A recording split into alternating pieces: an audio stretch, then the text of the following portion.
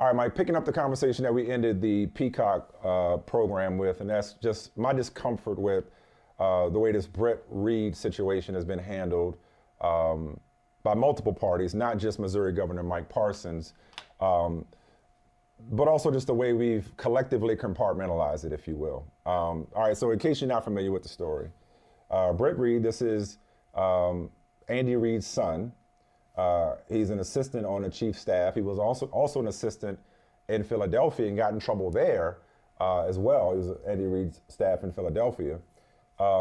Back in February of 2021, he was driving while intoxicated, more than 80 miles an hour, collided with two vehicles on the side of an exit ramp along an interstate near the Chiefs practice facility. He severely injured several people, but most severely a young girl named Ariel Young.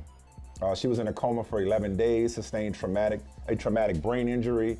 She's still dealing with a lot of challenges right now. So most recently, as in last week, Governor Mike Parsons commuted his sentence, and he had pleaded guilty to a single felony charge of driving while intoxicated in 2022. He was sentenced to 3 years in prison in November 2022, released from prison, and now under house arrest until October 31st, 2025, and will be on probation.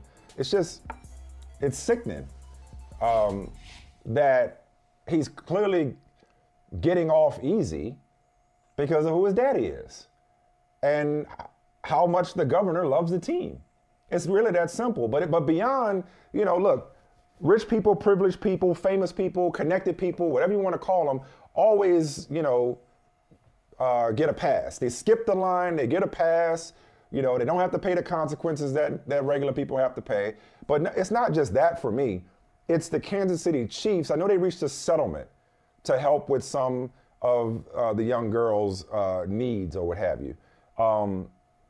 But it's just the silence is just so deafening around the whole thing. Like, what has the league said about it? What have the Chiefs said publicly about it? What has anybody actually said about it from an accountability standpoint connected with the NFL? Who's actually condemned this? Who's investigated this?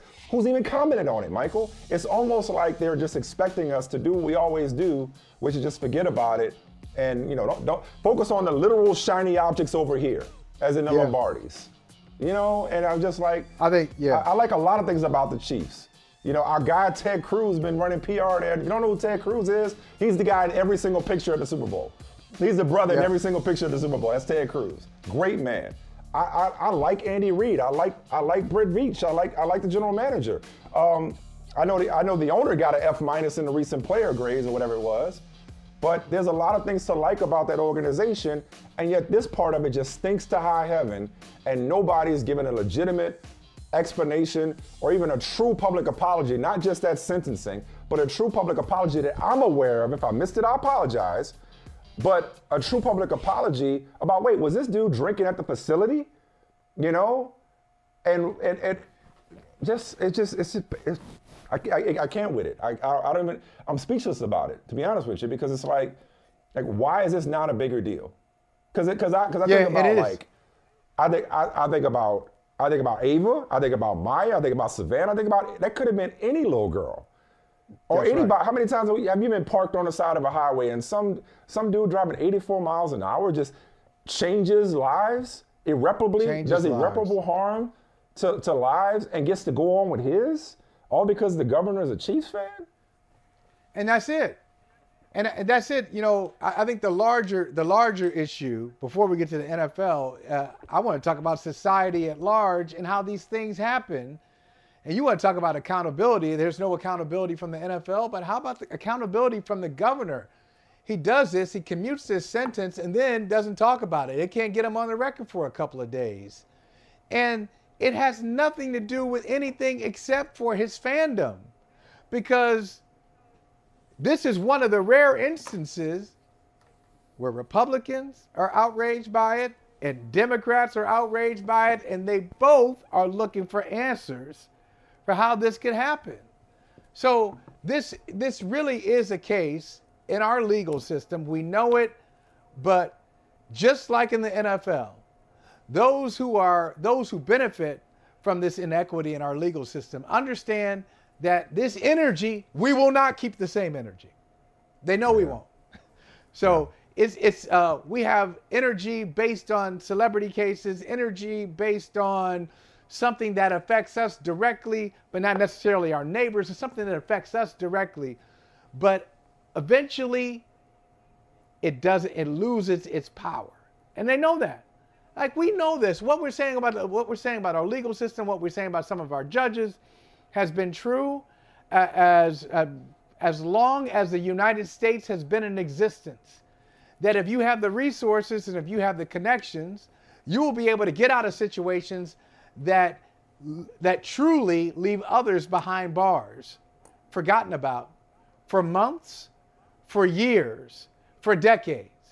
So that's one. The governor's a fan, clearly. He's a fan, and that's why there's no other explanation for Britt Reid's sentence, 3-year sentence, to become a year and a half.